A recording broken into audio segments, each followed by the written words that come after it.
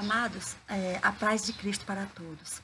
Meu nome é Rose, eu sou membro da Assembleia de Deus, tenho formação em teologia e há 20 anos eu leciono essa matéria. Queria já nesse momento pedir aos amados irmãos, aos amigos, todos aqueles que estejam assistindo a esse vídeo, que se inscrevam no nosso recém-criado canal, dê um like no vídeo, caso você realmente tenha gostado da mensagem, tenha gostado do ensino, e vamos fazer o Evangelho crescer nesses dias, digamos assim, nesses dias provisórios, né? Porque realmente é provisório, vai ser provisório, de confinamento, onde muitas igrejas, por força de decreto, né, e por força também de bom senso, estão fechadas. Então, amados, vamos hoje discorrer a respeito do novo homem em Cristo. Ou seja, vamos falar sobre o processo da salvação. O que é a salvação? Uma das razões que me motivou para fazer esse vídeo hoje é que ontem, por volta era quase meia-noite, meu telefone tocou, e uma pessoa ali manifestou a vontade de aceitar Jesus, né, como Salvador, e por conta das igrejas, né, estarem fechadas, ela me disse, olha, eu queria estar numa igreja, eu queria levantar minha mão, eu queria aceitar Jesus, mas as igrejas estão fechadas, o que é que eu faço? Então eu falei com ela assim, eu digo, olha, se você realmente quer fazer esse compromisso com Deus, você pode fazer agora aqui no telefone, porque eu vou ser testemunha disso. E ali ela aceitou a Jesus, fizemos uma oração. E então, amados, esse vídeo, ele é também assim um pouco direcionado, né, para essa pessoa, porque é importante que a pessoa, ao fazer o compromisso com Jesus, a se tornar realmente um membro da igreja, é bom que essa pessoa seja ensinada, seja esclarecida, para que ela compreenda bem o que significa esse novo mundo que ela vai passar a trilhar. O mundo dos salvos em Jesus Cristo. O que é realmente a salvação? Como é que se dá esse processo? O que de fato implica alguém abrir a boca e fazer um compromisso com Jesus? O que isso implica? Aproveitando o ensejo, irmão, dessa situação dessa moça que eu acabei de falar, e também porque a nossa revista da Escola Dominical, que é essa revista aqui, nós estamos fechando o trimestre e eu sou professora da Escola Dominical também. Além de eu dar aula no curso de teologia, eu também dou aula na Escola Dominical. Então, a gente vai fechar o trimestre, e o trimestre tem o título O Novo Homem em Jesus Cristo. Ou seja, vai falar sobre o novo nascimento, a salvação em Cristo Jesus. E para começar, como é de costume, sempre que fazemos qualquer coisa, né, nós começamos com a oração. E a minha oração, amados, é que o Espírito Santo de Deus faça de mim um instrumento para a propagação do Evangelho de Cristo. É com esse objetivo que estou aqui e é com esse objetivo que eu vou permanecer até que finde os meus dias e comece a minha nova vida no céu com Jesus Cristo. E é justamente sobre essa nova vida a possibilidade de todos terem essa nova vida e essa certeza de que não morrerão, mas passarão para a vida, é que nós vamos falar sobre o tema de hoje, que é o novo homem em Jesus Cristo. Amados, eu vou fazer aqui a leitura do textuário da revista, porque é bem interessante e esclarecedor, e essa leitura está lá em Efésios, no capítulo 4, versículo 13, que diz assim, até que todos cheguemos à unidade da fé e ao conhecimento do Filho de Deus, o varão perfeito, à medida de estatura completa de Jesus. Ou seja, que está dizendo que nós vamos e chegaremos a um ponto de estarmos no mesmo nível de Jesus. Eu sei que num primeiro momento alguém aí já estranhou. Como assim estar no mesmo nível de Jesus? Como assim? Jesus não teve pecado, Jesus não pecou. Então quem é o ser humano para dizer que vai chegar que pode chegar à mesma estatura de Cristo? Então, amados, é essa questão que às vezes causa assim muita dúvida, né? Causa muita incompreensão, que nós vamos estar falando nesta oportunidade aqui. A verdade prática da lição, ela diz assim, a salvação em Jesus Cristo leva-nos à perfeição espiritual, moral e ética, porque ele, embora Deus, foi o mais perfeito e completo dos seres humanos. A nossa revista, a nossa leitura bíblica em classe, amados, está lá em João, no capítulo 3, do versículo 1 ao 16. Eu vou me ater aqui ao texto áureo, aqui aonde, como é um pouco comprido aqui, o texto dos irmãos em casa, quem tem Bíblia pode ler, nós vamos nos ater logo aqui ao âmago, né, dessa leitura aqui, o resumo dessa lição, que está lá em João, o resumo desta leitura, que está lá em João capítulo 3, o versículo 16, que diz assim, aliás, irmãos, este é o chamado texto áureo da Bíblia, né? É aquilo que resume toda a Bíblia. Né? Se você, por alguma razão, não puder ou não tiver tempo de ler a Bíblia, se você ler esse versículo, esse único versículo, você já será apresentado ao propósito bíblico, ao que de fato a Bíblia vai tratar do Gênesis ao Apocalipse, que é sobre isso aqui, que o apóstolo João diz, porque Deus, João 3, versículo 16, porque Deus amou o mundo de tal maneira que deu seu Filho unigênito, para que todo aquele que nele crê não pereça, mas tenha a vida eterna. Isso, amados, é nisso aqui, é nessa palavra aqui, que nós estribamos toda a nossa confiança, a nossa certeza e a nossa fé de salvação. Então, ainda nesse propósito, vamos falar aqui, vamos começar falando, amados, aqui, imaginando aqui uma situação.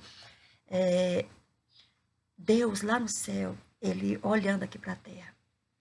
Meus amados, quando Deus lá de cima olha para a terra, ele vê dois tipos de gente, só dois tipos de pessoas, só dois tipos. Amados, não é o rico e nem o pobre, não seria o sábio e o ignorante, não seria o negro e o branco, não seria os homens e as mulheres, não seria nada disso. Seriam apenas dois tipos de gente. E esses dois tipos são os salvos e os não salvos. São só essas duas categorias de pessoas que o olho de Deus enxerga aqui embaixo. Os salvos e os não salvos. Amados, teve certa vez um pastor assim, de muito renome no meio teológico e até no meio acadêmico teológico, realmente alguém que foi um expoente da pregação do evangelho aqui na Terra, que ele se chamava John Wesley. E conta que certa vez John Wesley teve uma visão, né, teve um sonho, e nesse sonho ele chegava nos portões do céu e parava ali. Né? Chegava nos portões do céu e parava ali. E naqueles portões do céu, aqueles portões gloriosos do céu, havia um grande anjo ali guardando aquela entrada. Então ele chegou para o anjo, e como ele era pastor da igreja metodista, a primeira preocupação dele foi perguntar para o anjo se ali tinha metodista ali dentro. Tinha se salvo metodistas ali dentro. Então ele pergunta assim, escuta, tem metodistas aí dentro? O anjo parou e disse, não tem nenhum metodista aí dentro, não. Aí ele disse, e batista, tem aí? O anjo disse, não tem nenhum batista aí, não. E ele, presbiteriano, tem algum presbiteriano aí dentro? O anjo disse, não tem nenhum presbiteriano aqui dentro, não. Assembleiano, tem algum assembleiano aí dentro? Ele disse, não tem nenhum assembleiano, não. Aí ele disse, e católico? Tem algum católico aí dentro? O anjo disse, não tem nenhum católico aqui dentro, não. Aí John Wesley foi perguntando assim, várias denominações religiosas, se realmente essas pessoas tinham entrado no céu. E o anjo dando resposta negativa a todas as perguntas de John Wesley. Quando, por fim, John Wesley, já angustiado, perguntou assim, mas então, peraí, então quem foi que entrou aí no céu? O anjo respondeu, apenas os que nasceram de novo. Ou seja, o anjo sequer conhecia nome de religião lá em cima, mas sabia que os que tinham nascido de novo estavam habitando as mansões celestiais. Então, amados, é sobre o novo nascimento que nós vamos falar, vamos reiterar aqui várias vezes, mencionar essa palavra, novo nascimento. Amados, a leitura bíblica aqui, né, que está lá em João capítulo 3, fala de Jesus chegando para um doutor da lei, um príncipe, um maioral, um homem realmente assim, de muito destaque ali em Israel, Jesus chega para esse homem e diz assim, aliás, esse homem, na verdade, esse homem se chega a Jesus perguntando, tipo assim, como é que era, o que fazia para ser salvo? Mais ou menos isso. E Jesus falou assim, olha, importa que você nasça de novo. Aí, Nicodemos, né, que é o interlocutor aqui, Nicodemos diz assim, peraí, eu não entendi, nascer de novo? Como assim? Eu vou ter que voltar para a barriga da minha mãe e nascer de novo? Jesus disse não, porque se você voltasse para a barriga da sua mãe, você seria um ser humano biológico, como todos os seres humanos são, ou seja, descendente de Adão e Eva e já nascendo contaminado pelo pecado da serpente. E como, meus amados, a Bíblia é taxativa em dizer que no céu não entra pecado, então não teria como alguém, mesmo que nascesse zilhões de vezes, fosse possível a pessoa entrar na barriga da mãe várias vezes, e nascesse zilhões de vezes, mesmo assim essa pessoa estaria condenada, porque ela já nasceria sob a égide do pecado. Não teria como ela nascer isenta de pecado. E a Bíblia ela é taxativa, no céu não entra pecado. Ninguém com pecado entra no céu. Aí alguém já a essas alturas, eu já imagino quem está me ouvindo dizendo assim, mas, se todo mundo é pecador, se todo mundo peca, não tem ninguém que não faça o mal, que não pense o mal, então o céu vai permanecer vazio de seres humanos, irmã Rosa? Então, amados, vamos responder essa pergunta. Amados, é bem interessante, né, quando a gente chega, por exemplo, a evangelizar uma pessoa, e eu digo isso porque quando no passado, né, eu era ateia, e as pessoas chegavam para mim, às vezes, para me evangelizar, aí as pessoas me apresentavam a salvação em Cristo Jesus, aí eu dizia assim, digo, olha, eu não preciso disso aí, não. Eu não preciso dessa salvação em Cristo Jesus, não. Porque é o seguinte, eu não mato, eu não roubo, eu não ando falando mal da vida de ninguém, eu tenho o meu trabalho, eu trabalho honestamente, eu pago as minhas contas, eu cumpro com minhas responsabilidades. Então, eu sou uma pessoa boa. E se eu tiver que prestar contas qualquer hora com Deus ou com o diabo, eu presto contas numa boa, porque eu me considero uma boa cidadã, então eu não preciso disso aí, não. Irmãos, eu dizia isso. Né? E muitas pessoas dizem isso também. Por quê? Porque preste bem atenção nessa resposta, quando a pessoa diz, olha, eu não mato, eu não roubo. Então, o ser humano, ele se regra pelo metro, né, do que há de pior na sociedade. Ele diz logo, olha, eu não mato, eu não roubo. Acontece, amados, que o padrão de santidade, o padrão para se entrar no céu, é o padrão de santidade, é o padrão de pureza. Entre outras palavras, ou você está no mesmo nível de Jesus ou você não entra. E aí eu vou, no finalzinho aqui, irmão, me acompanhe, tenha paciência, meu amigo aí, minha amiga que está acompanhando, tenha paciência que no final você vai entender como é que embora seja o padrão celeste, seja o padrão de Jesus, não menos do que isso, e mesmo assim, muitos entrarão lá e permanecerão lá. Saiba como, assistindo até o final desse vídeo, ok? Continuando aqui, meus amados, a respeito, né, de uma decisão que todo ser humano tem que tomar. Todo ser humano, quando nasce, ele já nasce pecador. É bem verdade que se uma criança, por exemplo, morre, essa criança ela vai se salvar, né? Aí alguém pode estar me perguntando, mas criança assim, irmãos, até que idade? Irmão, não existe assim um teto de idade. A Bíblia fala na inocência, né? Fala no tempo da inocência. Por exemplo, por quê? Porque a criança, embora ela já nasça pecadora, ela não adquire a culpa de pecados. Porque ela nem lá no Éden estava. Então, você não pode responder por aquilo que você não fez. Então, ela, embora pecadora, ela vai se salvar. Por quê? Porque ela está na idade da inocência. Ela não tem consciência do pecado, ela não tem consciência de Deus, ela não tem consciência da necessidade de salvação. Então, ela morrendo naquele período, você pode ter certeza, ela vai ser salva. Mas a gente, irmãos, que passa, né? A gente passa da idade da inocência, chegada a esse tempo de não ser mais inocente, ter consciência do bem, consciência do mal, consciência do céu, consciência do inferno, consciência de Deus e consciência das trevas, nós precisamos tomar uma decisão. E essa decisão, meus amados, é uma decisão pessoal. Cada pessoa precisa tomar essa decisão por si própria. É um compromisso dela com Deus. Não importa se essa pessoa é filho, né, nasceu da pessoa mais santa, do pastor, nasceu do padre. Não, do padre não, porque padre não tem, pelo menos teologicamente, padre não teria filhos, né? Mas assim, nasceu do homem mais rico, da mulher mais rica, do homem mais sábio, do homem mais... Não importa, não importa. Cada pessoa individualmente ela precisa fazer um compromisso. E que compromisso é esse? O compromisso da salvação, o compromisso do novo nascimento. Amados, o homem, começou a chover agora, eu acho que está dando barulhinho aí, mas vou tentar falar um pouquinho mais alto. O homem, ele toma decisões importantes na vida. Aliás, a gente está sempre tomando decisões importantes na vida. Por exemplo, decisão importante que a gente toma. A gente toma decisão importante, por exemplo, na faculdade, né? Qual é a profissão que a gente vai ter, a gente vai se formar em quê? Então, a faculdade que a gente vai fazer é uma decisão importante que a gente toma. Depois, amados, uma decisão importantíssima, né? O casamento. Com quem a gente vai casar, né? A família que a gente vai formar. Então, depois a gente toma decisões importantíssimas, por exemplo, de questão do nosso dinheiro, da gente formar nosso patrimônio. São decisões que a gente está tomando o tempo todo.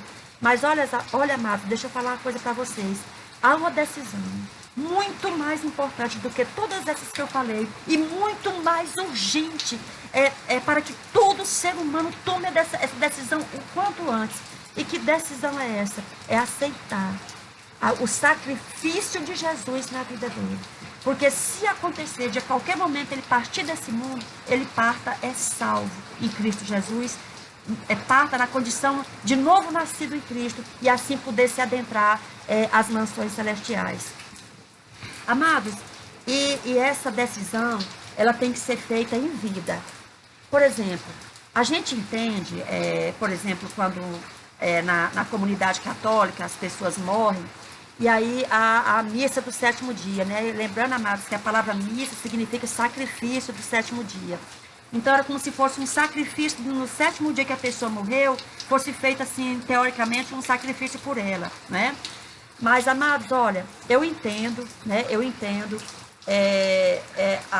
até, vamos dizer assim, a importância social e psicológica dessa missa, porque de uma certa forma é uma espécie assim de aconchego, né, para a família daquela pessoa que morreu, e aquela família está naquele momento de dor, naquele momento de angústia. Eu, inclusive, amados, recebo convite para participar de missas de sétimo dia e eu vou, entendendo, amados, que ali é uma oportunidade de consolo social para aquelas pessoas, de consolo psicológico para aquelas pessoas.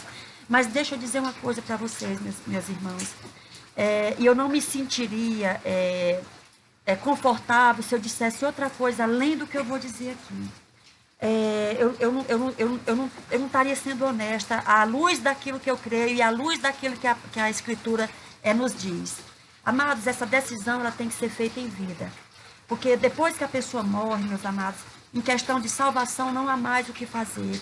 A Bíblia diz lá em Hebreus 9, 27, que após a morte segue seu juízo. Então não há mais o que fazer.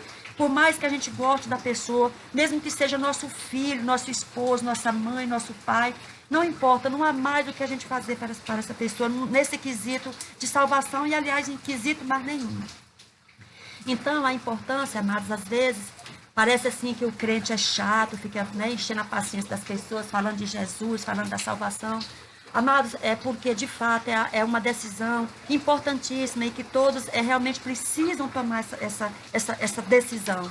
Eu vou fazer uma comparação, eu sei que agora em tempo né, nós estamos passando agora no Brasil, no mundo, essa epidemia desse vírus aí, tudo, mas eu vou usar aqui uma parábola, uma comparação para os irmãos entenderem, a necessidade da gente estar pregando e principalmente a necessidade de que a pessoa aceite essa pregação e receba realmente Jesus como Salvador.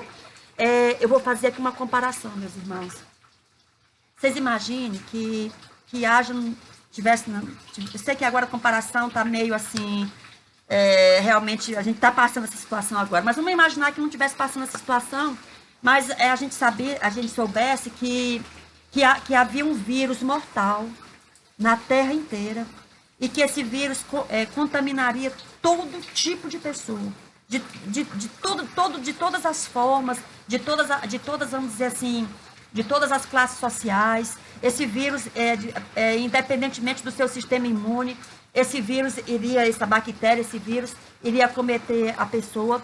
E uma vez que ele se chegasse, realmente era morte na certa. Não tinha UTI, não adiantava remédio, não adiantava terapia. O vírus bateu, o vírus matou.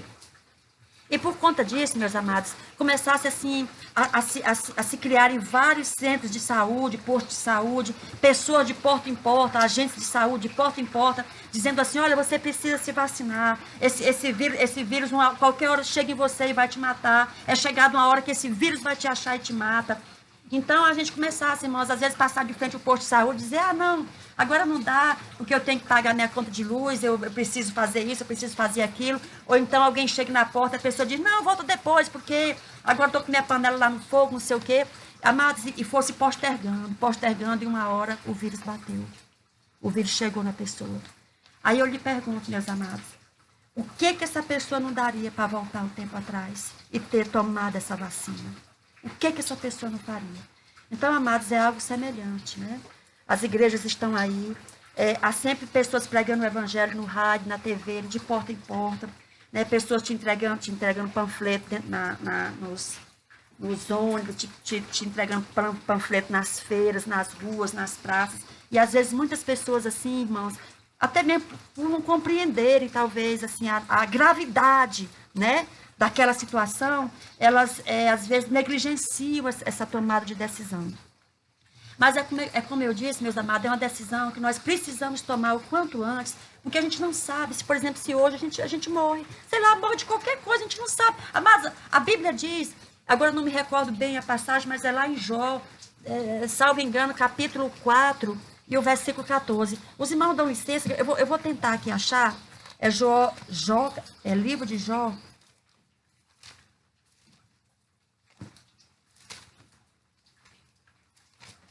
Livro de Jó, capítulo 4. Jó, capítulo 4. E o verso, salvo engano, é 14, versículo 4, mas eu realmente mencionei errado, agora eu lembrei. É Jó 14, versículo 4, que diz assim, os dias do homem estão determinados.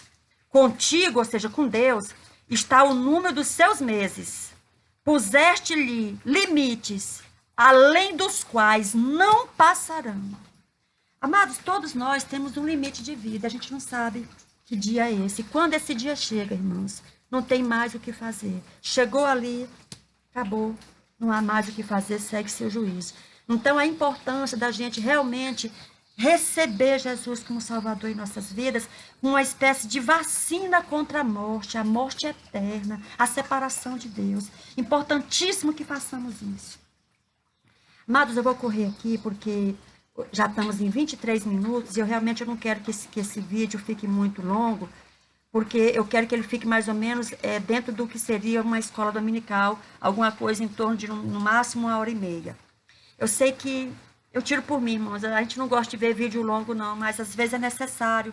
E muitas das vezes é necessário porque há certos assuntos que não tem como você fracioná-los. Você tem que ser uma coisa mais ou menos linear para que a gente tenha assim, a ideia de um todo. Então, vamos ter um pouquinho de paciência e vamos até o final.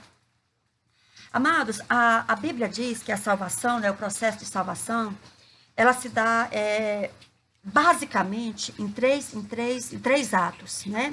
O primeiro, amados, é o ato da justificação. O que é isso?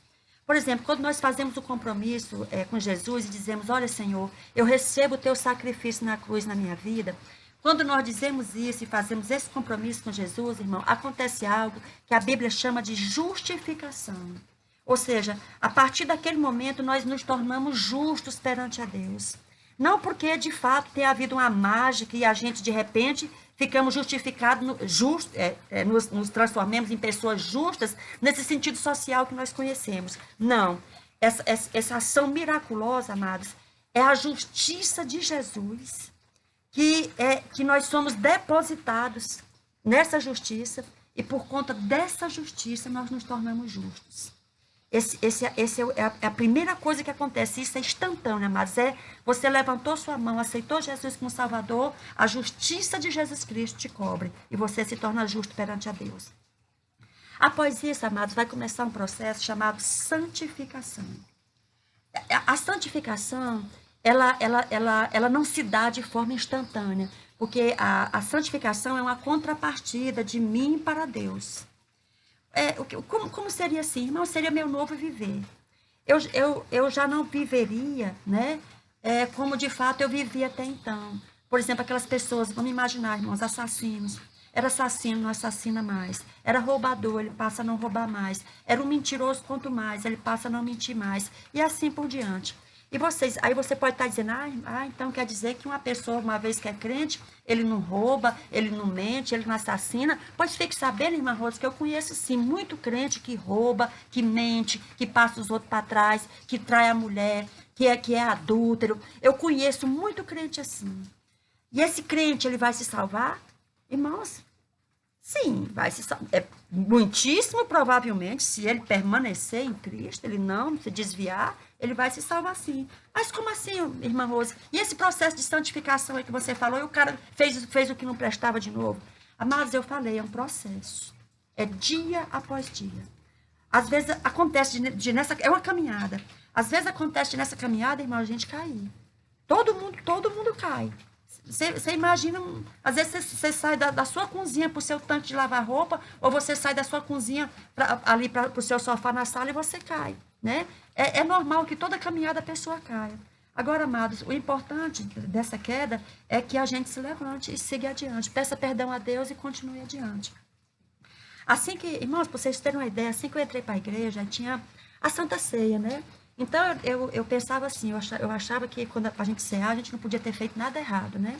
E eu comecei a perceber que eu continuava fazendo muita coisa errada, quando me espantava que não, eu já tinha feito. E eu comecei a pular as ceias. Eu ia para a igreja, mas eu não tomava ceia. Ou então, quando era dia de ceia, eu não ia.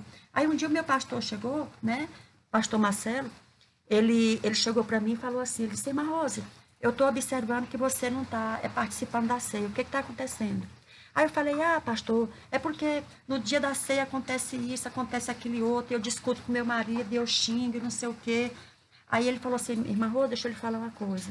Se você for esperar o dia que você vai chegar aqui completamente livre de qualquer problema, completamente livre de qualquer percalço, você não vai cear nunca. Então faça o seguinte, faça um compromisso com Deus aqui,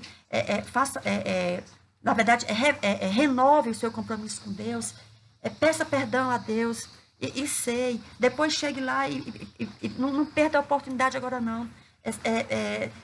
Tome a ceia do Senhor. Não espere que você vai chegar aqui isenta de qualquer problema, que você não vai. Você está no processo, irmã Rosa, é devagar. Nós vamos indo, caminhando. Cada dia é um dia. Não desanime não. Continue na presença do Senhor. Continue ceando, tomando parte do corpo de Cristo. Irmãos, e assim eu fiz e eu faço até hoje, né? Não deixo de tomar a ceia do Senhor. Muitas das vezes, quando na igreja que eu congrego, as pessoas não me veem lá, é porque eu estou com minha mãe aqui próximo, né? Minha mãe já é idosa, e aí coincide nesse dia de eu estar lá, aqui numa cidadezinha próxima aqui, mas aí tem congregação lá, eu ceio lá, etc., de modo que eu procuro nunca ficar sem a ceia do Senhor. Após, amados, essa nossa caminhada, né? Aí a gente vai caminhar, mas vai chegar um dia, irmãos, que essa caminhada vai acabar, né? Essa caminhada vai acabar. Chegou o dia da nossa morte, né? A caminhada nossa acabou ali. Então, o que a gente fez de bom, o que a gente fez de mal, irmãos, acabou tudo ali. Então, para aquele que estava em Cristo, irmãos, porque foi justificado, né? O sangue de Jesus justifica, realmente perdoa aquelas faltas que nós cometemos. Porque aí alguém pode dizer assim, irmã, espera ainda, eu não entendi. Quer dizer, então, para a gente receber o perdão de Deus pelos nossos pecados, a gente precisa ser crente? Precisa. Eu vou dizer por quê. Amados, a Bíblia diz, olha, que entre outras coisas, a Bíblia diz que Deus sequer escuta oração de pecador. Deus não escuta fala de pecador. Então, e aí, como é que faz? A pessoa é pecador, pede perdão a Deus, Deus não está nem ouvindo, está cortado o canal de comunicação está cortado, irmãos, está cortado. Tem um abismo. A Bíblia diz que há entre um abismo, tem um homem aqui, aí tem o abismo do pecado aqui e Deus lá. Então, esse abismo ele é intransponível. O homem não consegue passar esse abismo para chegar em Deus, né? Mas, e aí, como é que faz? Amados, aquele que está em Cristo, ele tem uma ponte para transportar se transportar por esse abismo. Essa ponte é a cruz. Então, por isso, aquele que está em Cristo consegue realmente falar com Deus e ser ouvido por Deus. Porque a cruz, amados, é como se fosse um fio, o fio estava cortado, aí a cruz aqui no meio juntou de novo. Então, nós temos de novo um canal de comunicação com Deus, e porque podemos falar com Deus, nos comunicar com Deus pela cruz de Jesus, nós conseguimos realmente pedir perdão a Deus dos nossos pecados e sermos perdoados. Por quê? Porque sem a cruz, amados, nós estamos separados de Deus. A gente sequer se comunica com Deus sem a cruz. Porque é por Jesus, é no nome de Jesus que nós conseguimos, amados, nos conectar com o céu. Está entendido? Né? Eu espero realmente que sim. Então, amados, o que acontece? Quando nós morremos salvos. Por conta de tudo isso que eu já falei. Todo esse processo, toda essa sistemática, todo esse mecanismo, né? Nós morremos salvos. Então, quando nós estivermos no céu, amados, nós vamos atingir o terceiro nível da salvação, que eu já falei, a justificação, é a santificação, e a santificação é esse andar, é esse processo, e lá no céu nós vamos atingir o ápice, né, desse processo, que é a glorificação. Vivemos em glória, aonde já não haverá mais, irmãos, pranto, não haverá mais dor, não haverá mais ira, não haverá mais necessidade, não haverá mais medo, não haverá mais nada disso, porque todas essas coisas já terão sido passadas, como diz lá no livro do Apocalipse. Então, isso, amados, é o nascer de novo, né? Nascer de novo, irmão, não é, vou me enfatizar aqui, não é reencarnar. Por quê? Mesmo que fosse possível, irmão, esse processo da reencarnação, mesmo que fosse possível esse processo,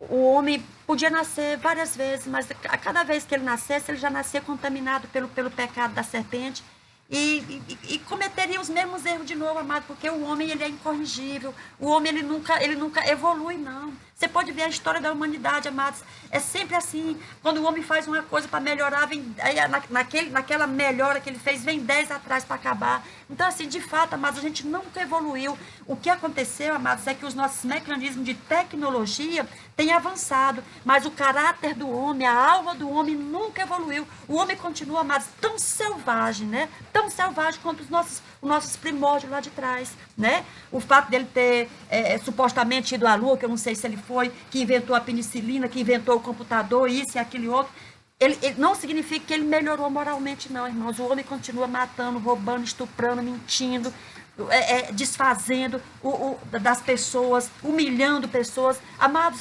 continua do mesmo jeito, nunca mudou. O homem não evolui, moralmente falando, socialmente falando, até o homem não evolui. O que evolui são a tecnologia, né, o conhecimento biológico, o conhecimento realmente da mecânica do funcionamento das coisas, mas moralmente o homem continua tão caído como sempre. Continuando aqui, amados. Eu vou dar agora para os irmãos algumas passagens bíblicas, né, para que corrobore tudo isso que eu falei até aqui. Amados, eu falei aqui, né, que com a cruz, esse abismo da separação, ele é alterado. A gente consegue transpor esse abismo por conta dessa ponte que tem, que é a cruz. E isso está lá em Romanos, né? Na carta de Paulo aos Romanos, entre outros lugares, né? Está lá em Romanos, no capítulo 8, versículo 16. Também, amados, está lá no Evangelho de João, no capítulo 1 e o versículo 12. Lá na segunda carta de Paulo aos Coríntios, no capítulo 5, no versículo 17, chama o nascido de Deus de nova criatura. E ainda diz o seguinte, que aquele que está em Cristo, nova criatura é. As coisas velhas se passaram e eis que tudo se fez novo. Amados, lá no livro de Levíticos, nesse sentido ainda que nós estamos falando, que tudo se fez novo, lá no livro de Levítico tinha uma festa, né, uma grande festa chamada Dia da Expiação, e lá há uma figura de 2 animais. Né? Um animal ali representava Cristo. E tinha um outro animal que, já representando Cristo ressurreto, ele era mandado para um lugar de desterro, para um lugar de esquecimento, onde nunca mais alguém veria mais aquele animal lá, que no caso seria um bode. Né? E o que isso significa, amados? Significa que quando nós recebemos Jesus nas nossas vidas, além de nós sermos salvos, né, a salvação ali que se opera nas nossas almas, Deus também, ele esquece, ele apaga tudo aquilo que nós fizemos para trás, por pior que nós tenhamos sido, por mais terrível de coisas hediondas que nós tenhamos feito, Deus apaga, irmão, apaga mesmo. E ainda diz mais, lá em Miqueias, no capítulo 7, no versículo 19, Deus diz assim, que ele pega os nossos pecados, joga no fundo do mar. E aí alguém ainda aumenta, né? Porque essa parte não tem, mas bem que poderia ter, ainda dizendo assim, Deus pega os nossos pecados, joga no fundo do mar e põe uma plaquinha lá, proibido pescar. Por quê, amados? Porque todo o nosso passado, ele é limpo. Hebreus 8, versículo 12 diz que Deus não se lembra dos nossos pecados. Jeremias 31, versículo 34 diz que Deus não se lembra dos nossos pecados. E aí, amados, eu pergunto, se Deus, que é Deus, não se lembra dos nossos pecados, por que a gente tem que estar lembrando? E pior ainda, por que a gente tem que estar recebendo mensageiro do diabo que fica aqui dizendo, olha, tu fez isso, e isso, e aquele outro. Irmãos, isso é coisa do Satanás. Por exemplo, a gente escuta muito isso, às vezes o sujeito pintou e bordou, matou, roubou, estuprou, aí as pessoas ficam iradas, porque diz, olha, aquele sujeito fez isso, aquele outro, agora é crente, está na igreja, agora é santo. Amados, de fato isso acontece. Por quê? Porque Deus, a quem ele tem de prestar conta, a quem ele tem de prestar conta, que ele não vai prestar conta comigo, nem com o pastor, nem com você, nem com aquele outro, ele vai prestar conta com Deus. E esse que vai ser o recebedor dessas contas, diz que não se lembra dos pecados dele. E aí, amados, se ele quer, ele não se lembra, eu vou me lembrar? Eu vou condená-lo? Aliás, a Bíblia diz lá em Romanos capítulo 8, diz assim, se Deus, que é Deus, nos justifica, quem é que pode nos condenar?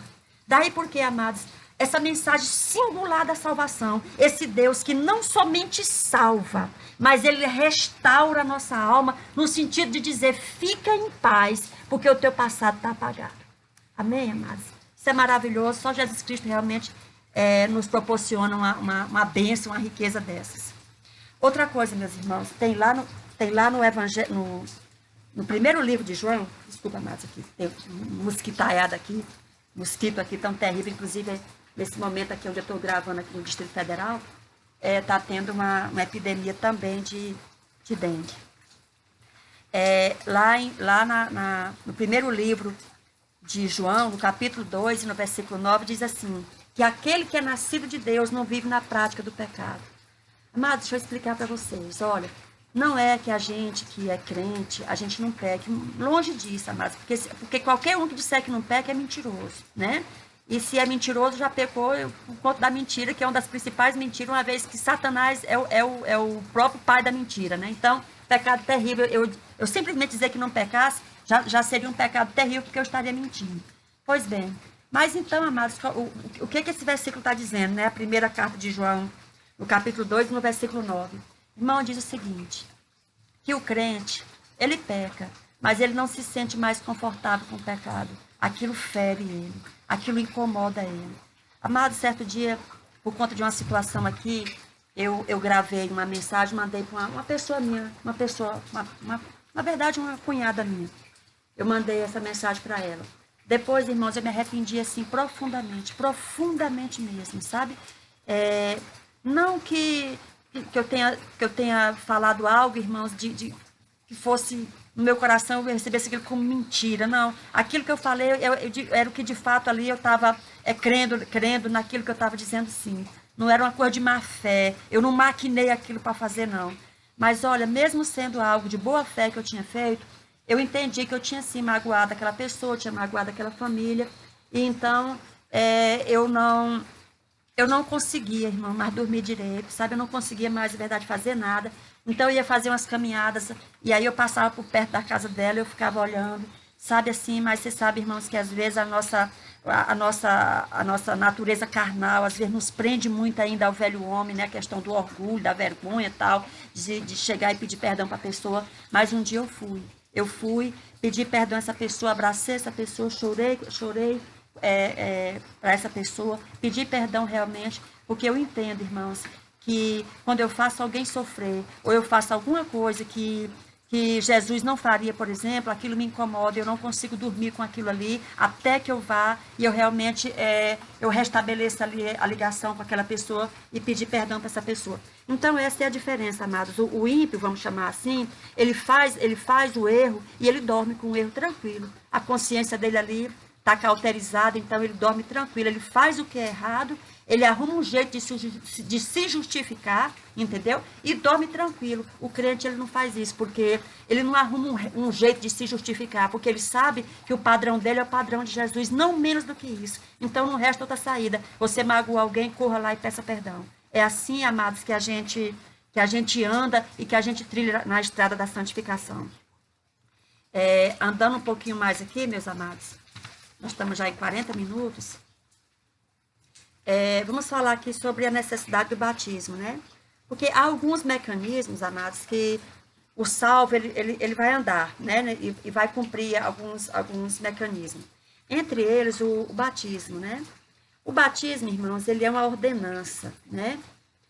Ele não chega a ser, assim, um mandamento, porque senão, amados, se eu dissesse que o batismo é um mandamento, quando a gente não cumpre o mandamento, ou seja, aquilo se transforma em pecado, ia se criar uma situação meio difícil, porque vamos imaginar alguém que aceitou a Jesus num leito de morte, numa UTI, e morreu. Então, essa pessoa não vai se batizar, né? E essa pessoa vai ser salva. O ladrão da cruz lá, não deu tempo, irmãos, o ladrão descer lá, procurar ir lá no Rio Jordão e se batizar, e ele morreu salvo, né? Então, assim, o batismo, ele não é um mandamento, porque se fosse, se esse mandamento não fosse cumprido, era a transgressão do mandamento, e a transgressão era o pecado. Mas o batismo, ele é uma ordenança. E por que, amados? Que, salvo a condição de você ter aceitado Jesus numa leite de UTI e ter morrido, e coisa semelhante, você precisa sim se batizar. Por quê, amados? Porque o batismo, ele é um compromisso público, vamos dizer assim, de que você está morrendo para o mundo. E o que é morrer para o mundo? A gente vai voltar de novo naquela questão do novo nascimento em Cristo, né? Então, ali é como se fosse, de fato, amados, uma cerimônia de casamento, onde você baixa naquelas águas, simbolizando a sua morte, né? E ali, quando você está descendo ali, você está dizendo para todo mundo, dizendo assim, olha, eu morri para o pecado. Pecado, pecado, tá me vendo aí? Pois é, eu estou morrendo para você aqui. Então, você não tem mais poder sobre mim, porque eu estou morrendo para você aqui e eu vou me levantar em Jesus Cristo. Então, naquela hora que você entra na água ali, que você mergulha na água e a pessoa te puxa de novo assim, aquilo é um simbolismo dizendo que você está morto para o pecado. Você está dando um recado claro para o pecado de que ele não tem mais poder sobre você, que ele não vai mais te mandar para o inferno. O pecado não te mandará mais para o inferno. Pois bem, às vezes, irmão, tem pessoas que estão na igreja e não querem se batizar. Isso é estranho. Sabe, eu vou ser sincera, irmãos, eu duvido da fé salvífica daquele que aceitou Jesus, mas se recusa a se batizar. Por quê? Vamos trazer para a figura do casamento de um homem e uma mulher. Irmão, você sabe por quê que... Vou perguntar para você aqui. Você sabe por que um casamento, né, no cartório lá, precisa das testemunhas e a lei exige as testemunhas, né? E outra coisa, tem que ser no lugar aberto ao público, não pode ter porta fechada, não pode, é um evento público, né? Por quê? Porque ali, irmãos, é como se aquela mulher, ela está dizendo para toda a comunidade, dizendo assim, olha, eu estou me entregando para esse homem é meu marido, e por conta de eu estar me entregando a esse homem agora é meu marido, eu renuncio todos os outros homens. Nenhum outro homem mais é candidato a ser meu marido, porque eu já escolhi esse aqui, eu sou desse aqui. A mesma coisa o rapaz está fazendo. Olha, moças, eu estou aqui dizendo sim para essa aqui. Então, todas vocês estão mortas para a minha vida. Estão mortas para a minha vida. Então, amados, é a mesma coisa. É você chegar, naquela hora que você se batiza, você está dizendo assim, olha, roubo, eu estou morto para você. Eu estou morto para você. Olha, adultério, eu estou morto para você. Olha, ira, eu estou morta para você. Por quê, irmãos? Porque naquele momento ali, o pecado não tem mais poder sobre você. Você morreu para o pecado. Quando você se levanta ali, você é uma condição ali de, vamos dizer assim, de viúva, e você sendo viúva ou viúvo, você pode se casar de novo. A própria lei de Deus permite. E esse casar de novo é casar com Jesus e receber ali o novo nascimento, o nascimento espiritual. Daí a importância singular do batismo. Se você, meu amado, vou repetir, se você recebeu Jesus de pé, você consegue chegar numa água e se batizar, e vai ter um evento na sua igreja, na sua comunidade, se batize. Se batize. Assim é a ordenança do Senhor. Outra coisa, amados, que a gente deve ressaltar que na hora que você se levanta das águas, né, há ali um processo de regeneração também.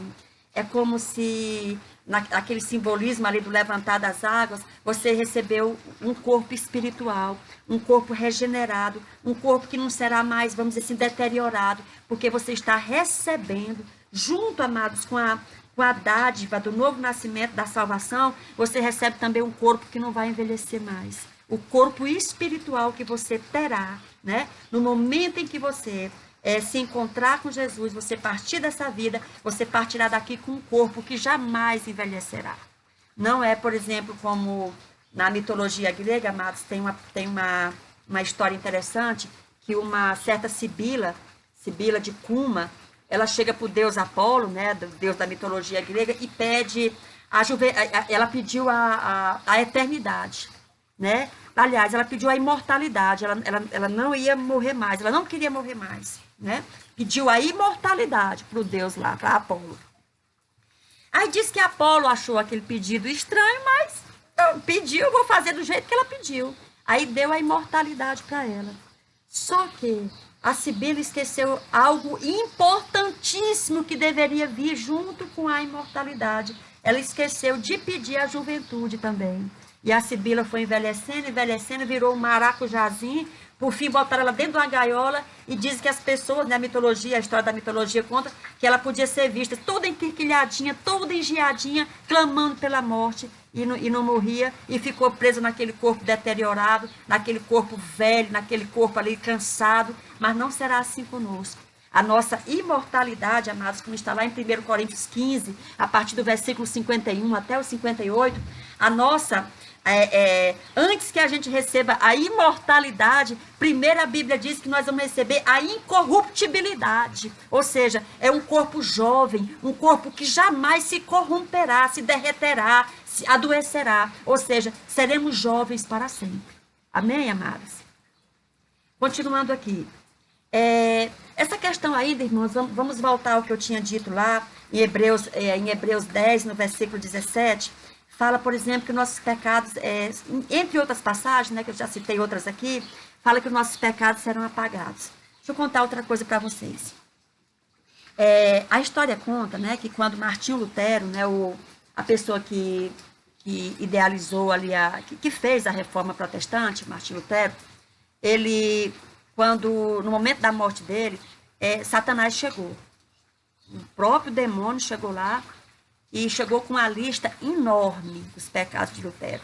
Até porque a Bíblia chama, amados, Satanás de nosso acusador.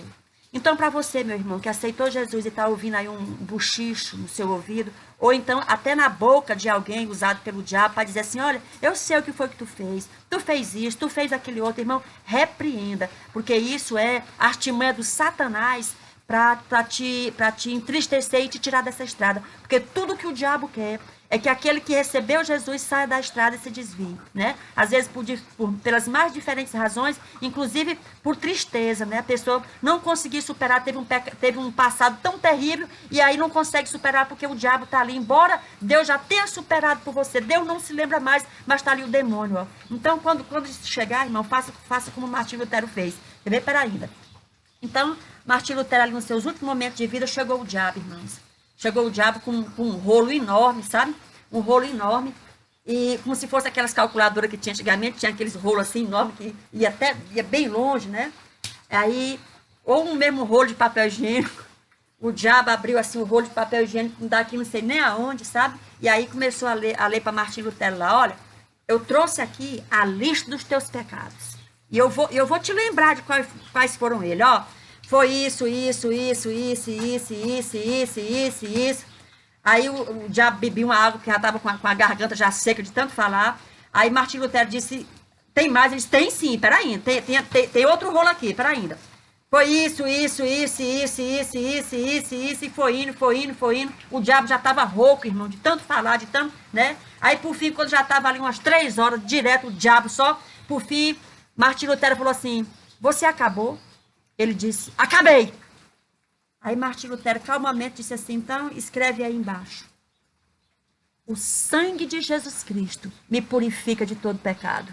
Nessa hora, irmãos, subiu assim, sabe aquelas orelhas de burro que sobe assim? O diabo enfiou o rabinho entre as pernas e foi-se embora. É assim que a gente tem que fazer com os nossos acusadores. Chegou alguém te acusando, fala disso, olha, eu sei, eu fiz tudo isso. E nem duvido que eu venha fazer de novo. Mas o sangue de Jesus Cristo, o Senhor a quem eu entreguei minha vida, terá misericórdia de mim e me levantará, como diz a Bíblia, que o justo cai, até mesmo o justo, o que já foi justificado por Jesus cai, mas a Bíblia diz que Deus não o deixará caído. Amém, amados? Pois bem, outra coisa, irmãos, a Bíblia fala, né, você está achando que o acusador está só aqui no nosso ouvido, o acusador vai lá no céu, ele diante de Deus, ele vai nos acusar. Mas olha, amados, à luz de 1 João 3, né, 1 João 3, versículo 7, e lá em Lucas, capítulo 23, o versículo 42 e o versículo 43, Deus, ele chega lá e diz assim, tá vendo, Deus, o que aquela crente lá, a Rosa, está fazendo? Tu tá enxergando o que ela está fazendo lá?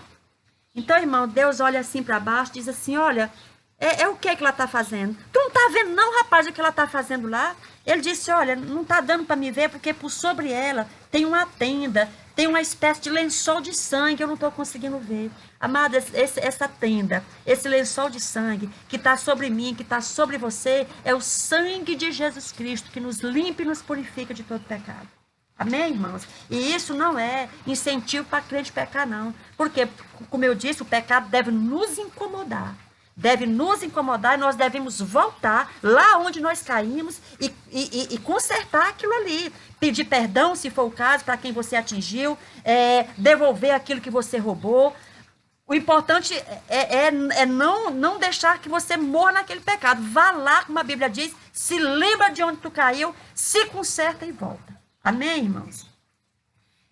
Outra coisa, amados, eu quero ainda deixar outras passagens bíblicas, né, para os irmãos e os amigos que têm Bíblias em casa, abrirem e lerem. Algumas eu já mencionei, mas tem outras aqui que eu coloquei que são interessantes, né?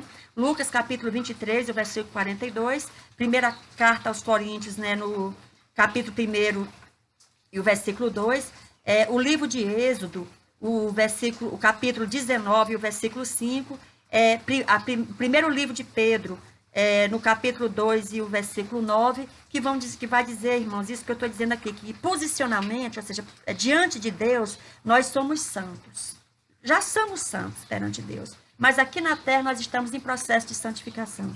Amém, amados? E isso é que às vezes é tão difícil as pessoas entenderem esse mecanismo.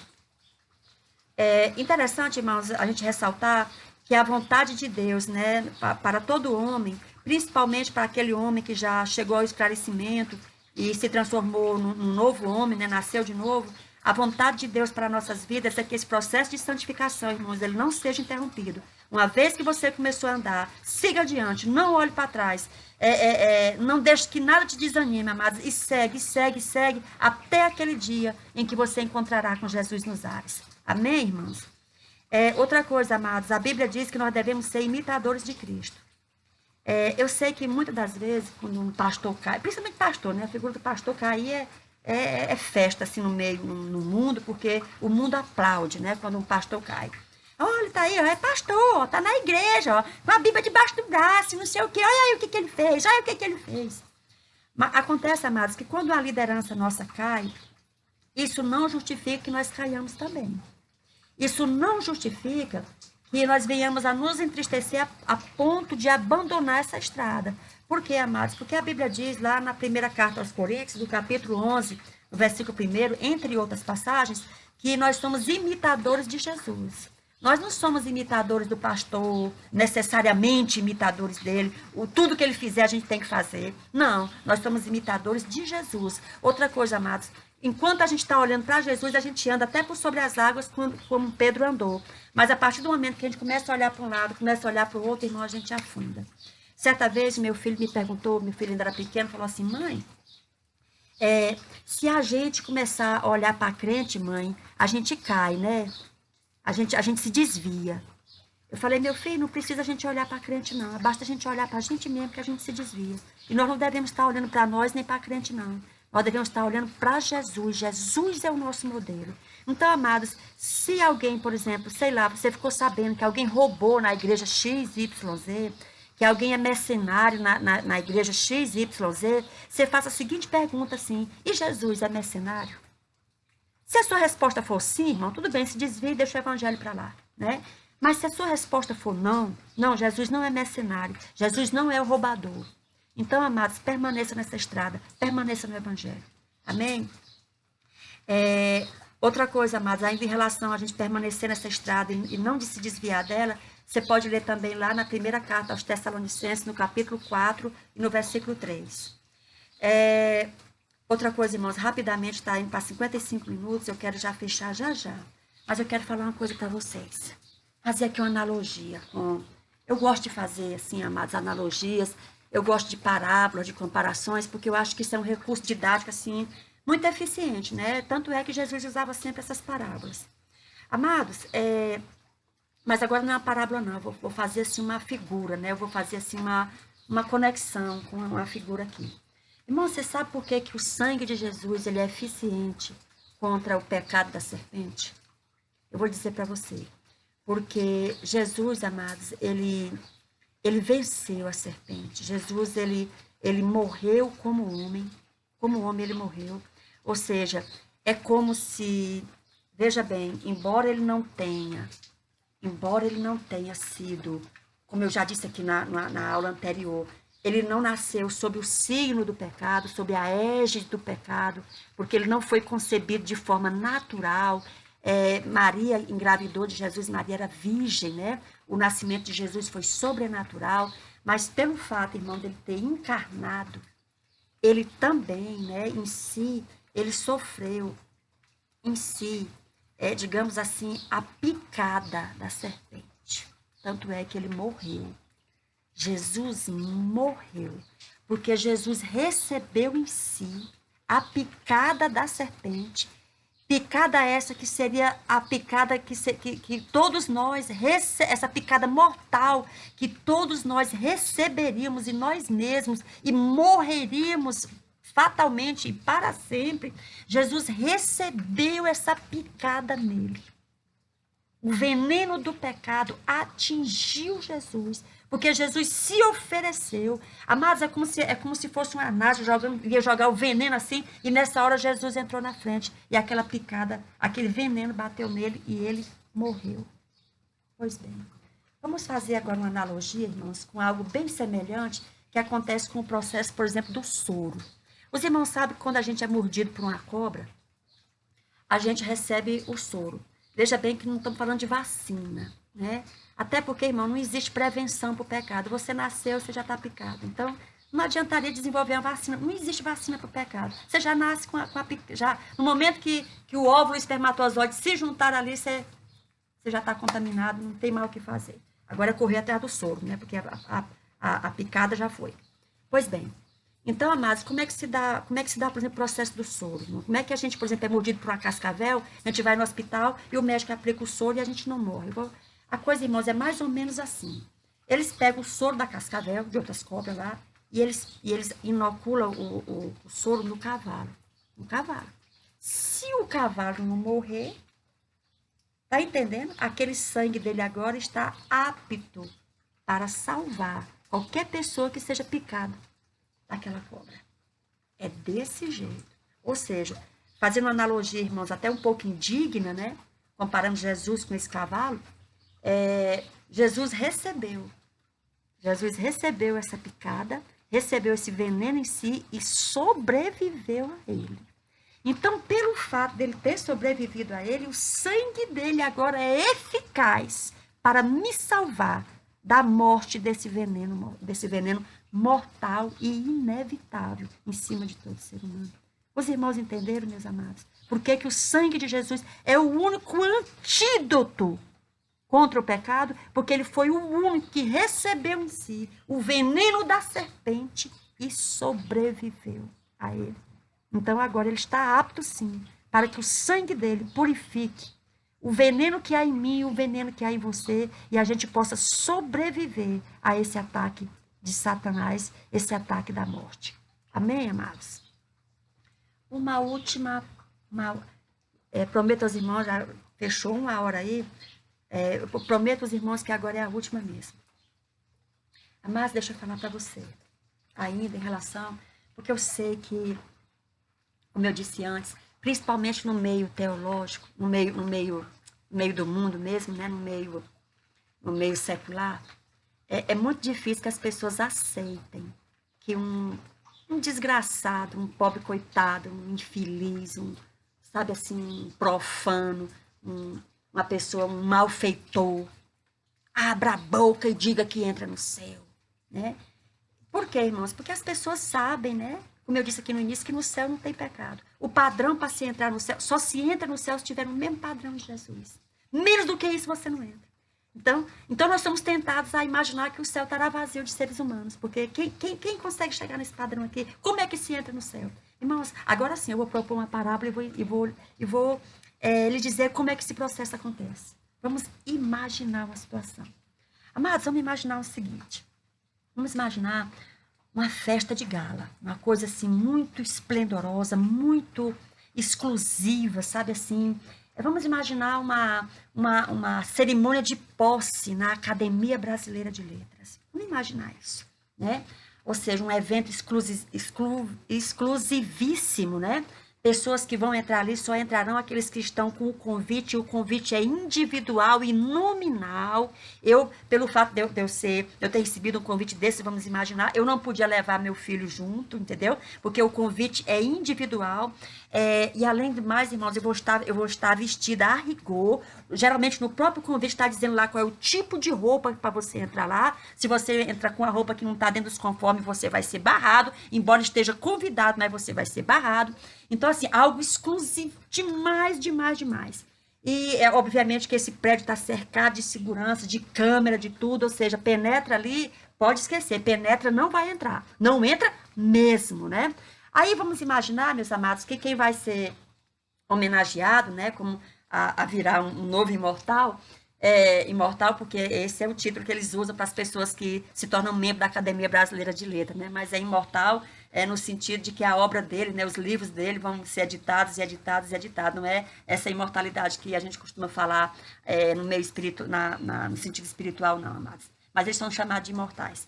Pois bem, então vamos imaginar que o escritor que fosse homenageado, né? Eu vou mencionar um, porque é um bastante conhecido, ele já até morreu, mas vamos imaginar que essa cerimônia fosse acontecer agora, né? Fosse acontecer hoje, Jorge Amado. Jorge Amado ia ser homenageado lá, então todo esse aparato, essa festa grandiosa, né? Essa festa realmente, assim, muito exclusiva, né? Convites nominais, convites personalíssimos, não entra penetra, não entra convidado do convidado, não tem isso não. Ali, ou você está com o seu convite vestido daquela forma, ou você não entra. Aí vamos imaginar, irmãos, que nos arredores da Academia Brasileira de Letras, estivesse lá, vamos imaginar assim, sei lá, um drogado, né? Uma pessoa caída na sarjeta, toda suja, né? Imunda, fedendo, né? Com os pés no chão, né? Um pobre coitado ali que as pessoas passam e até vira o rosto, né? Se a pessoa tivesse até irmãos, num estado até de embriaguez, né? Aquela pessoa tivesse tonta. Eu tô fazendo essa figura, irmãos, porque eu quero, assim, essa pessoa, sei lá, fosse uma pessoa que tivesse uma má reputação grande, e provavelmente essa pessoa teria tudo. Agora eu pergunto a vocês, irmãos. Essa pessoa não está sem convite, ela não está sem roupa, ela está vestida com um shortzinho velho, com os pés no chão lá, toda suja, né? Então você imagina que uma pessoa dessa, me diga qual é a chance dela se adentrar, né, nessa festa, nessa celebração lá da Academia Brasileira de Letras, aonde Jorge Amado vai ser prestigiado lá. Qual a chance, irmão, dessa pessoa entrar, desse coitado que está caído lá na sarjeta, lá fora, caído perto do meio-fio? Me diga qual é a chance dela entrar lá, né? Qual a chance dela entrar lá? Tem chance dessa pessoa entrar lá? Pense só um pouquinho. Haveria alguma possibilidade dela entrar lá? Como penetra, ela não vai entrar. Não vai entrar porque está tudo cercado ali, cercado de segurança, câmera para tudo quanto é de lado, né? Então, assim, essa pessoa não tem ela não tem o convite, nada. Então, ela não tem realmente, aos olhos de qualquer ser humano, qualquer pessoa com dois, como se diz, irmãos, com dois neurônios, pode dizer, olha, a chance é zero dela entrar. A chance é zero. Mas deixa eu falar uma coisa para você. Tem sim como essa pessoa entrar lá. E ela entra. E ela pode entrar. Tem uma possibilidade, sim, dela entrar. Qual? Pense só mais um pouquinho, né? Vou contar aqui até 10. 1, 2, 3, 4, 5, 6, 7, 8, 9, 10. Como que ela entra? Que ela vai entrar. Como que ela entra? Como? Amados, ela entraria lá sim. E se o grande homenageado, no caso aí Jorge Amado, visse ele lá, pegasse e entrasse nessa festa abraçado com ele, ele entrava ou não entrava? Entrava. E é assim que nós vamos entrar no céu. Mesmo miseráveis que somos. Sabe, amados? Sujos, enlameados. Nós vamos entrar no céu. Debaixo do abraço de Jesus. Debaixo das asas dele, digamos assim. Debaixo do guarda-chuva de Jesus. É assim que nós vamos entrar no céu. E é o único meio de entrar no céu. Porque toda a humanidade, ela está ali expressa naquele miserável, naquele desgraçado, sujo, podre, enlameado. Toda a humanidade, irmãos, é aquilo ali. E mesmo assim, pela misericórdia e pelo amor de Deus, né? Pela graça de Deus, se aquele mendigo que estava lá fora pediu para entrar, e vamos ver agora que a figura de Jorge Amado seria a figura de Jesus, ele entraria sim. Por quê, amados? Porque lá em João 6, e agora eu quero que você abra a sua Bíblia aí, João, o Evangelho de João, no capítulo 6 e no versículo 37. Porque, amados, essa figura que eu usei do Jorge Amado, podia acontecer, por exemplo, o Jorge Amado ir entrando, o mendigo dizer, ei, moço, me põe aí dentro. E Jorge Amado olhar assim e dizer, nem te conheço.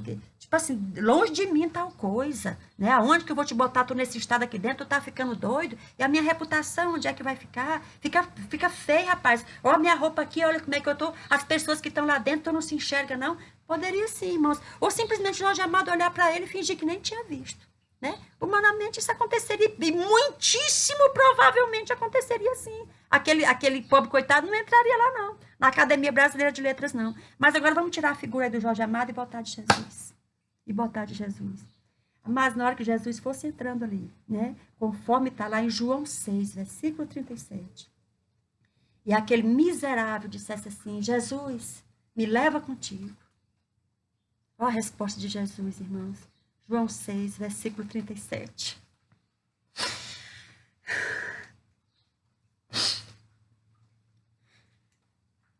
E aquele que vem a mim, de maneira alguma,